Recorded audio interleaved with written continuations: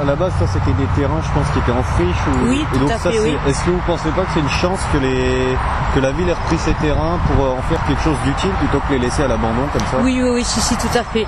Ce jardin-là, ça fait des années qu'il est ici. Avant, il n'y avait même pas de grille, rien, les jardiniers étaient déjà sur place. C'est une chance, sincèrement, tout à fait, oui. Mais alors, si on se dit qu'il y a un nouveau projet de construction, est-ce que ça peut disparaître du jour au lendemain? Non, pas du tout. Le dernier jardin qui a été créé, c'est le jardin des cultures, donc à l'Épée de Soie, à l'île Sud. Vraiment un très beau jardin, magnifique. Mais non, ils partiront pas. Et alors, les jardins qu'on appelle jardins ouvriers, c'est quand même une spécificité du Nord. Vous pensez que ça pourrait s'implanter autre part ou c'est vraiment fait pour rester dans la région? Parce que, mis à part l'île de France, il n'y a pas grand-chose. On revoit quand même d'autres jardins, mais sous autre forme, sous autre nom, les jardins familiaux, les jardins ouvriers, les jardins partagés aussi que vous pouvez voir, mais c'est vraiment la même chose, oui.